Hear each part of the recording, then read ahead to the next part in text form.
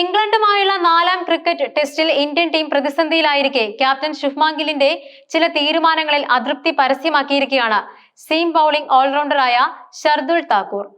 Manchester ടെസ്റ്റിന്റെ 2ാം ദിവസത്തെ കളിക്ക് ശേഷം സംസാരിക്കുകയായിരുന്നു അദ്ദേഹം.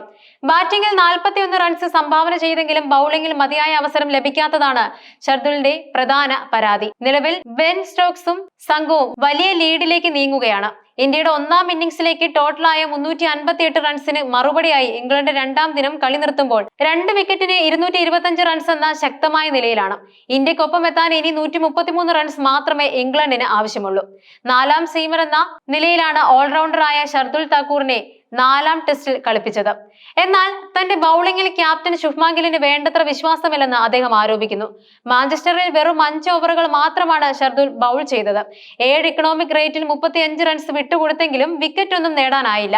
ഈ പരമ്പരയെ ഷർദുൽ ബൌളിംഗിൽ അവഗണിക്കപ്പെടുന്നത് ഇത് ആദ്യമായല്ല. നേരത്തെ ലീഡ്സിലെ ഹെഡിംഗ്ലെയിൽ നടന്ന ആദ്യ ടെസ്റ്റിലും സമാനമായ സാഹചര്യമായിരുന്നു. അന്ന് 2 ഇന്നിംഗ്സുകളിലായി വെറും 16 ഓവറുകൾ മാത്രമേ ഷർദുലിനെ കൊണ്ട് ബൌൾ ചെയ്യിച്ചിരുന്നുള്ളൂ.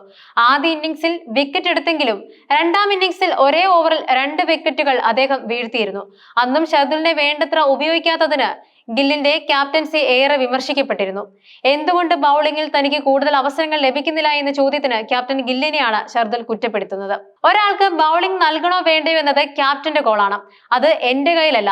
എപ്പോഴാണ് ഒരാൾക്ക് ബോൾ നൽകേണ്ടതെന്ന് തീരുമാനിക്കുന്നത് ക്യാപ്റ്റനാണ്. ഇന്ന് എനിക്ക് 2 ഓവർ കൂടിയെങ്കിലും ബൌൾ ചെയ്യാൻ കഴിയുമായിരുന്നു. പക്ഷെ അത് ക്യാപ്റ്റന്റെ കോളാണ്. താളം കണ്ടെത്താൻ ബുദ്ധിമുട്ടിയിരുന്നു. പക്ഷെ ഞാൻ നന്നായി തന്നെ ശ്രമിക്കുകയും അനുഭവ സമ്പത്ത് ഉപയോഗിക്കുകയും ചെയ്തു എന്നും ഷർദുൽ വിശദമാക്കി. ആദ്യ ടെസ്റ്റിന് ശേഷം ഷർദുൽ ടീമിന് പുറത്തായിരുന്നു. 2ഉം 3ഉം ടെസ്റ്റുകളിൽ മറ്റൊരു സീം ബൌളിംഗ് ഓൾറൗണ്ടറായ നിതീഷ് കുമാർ റെഡ്ഡിയെയാണ് ഇന്ത്യ കളിപ്പിച്ചത്. എന്നാൽ 3ാം ടെസ്റ്റിന് ശേഷം അദ്ദേഹം പരിക്കേറ്റ് പിന്മാറിയതോടെയാണ് മാഞ്ചസ്റ്ററിൽ ഷർദുലിനെ ഇന്ത്യ തിരിച്ചു വിളിച്ചത്. അതേസമയം ഇംഗ്ലീഷ് ഫാസ്റ്റ് ബൌളർമാരെ അപേക്ഷിച്ച് ഇന്ത്യൻ പേസർമാർ 2ാം ദിനം വളരെ മോശമായിട്ടാണ് പന്തെറിഞ്ഞത്. ഇന്ത്യയുടെയും ഇംഗ്ലണ്ടിന്റെയും ഇന്നിംഗ്സുകൾ താരതമ്യം ചെയ്യുമ്പോൾ ഫാസ്റ്റ് ബൌളർമാരുടെ പ്രകടനം 2 വ്യത്യസ്ത പിച്ചുകളിൽ കളിക്കുന്നത് പോലെയായിരുന്നു.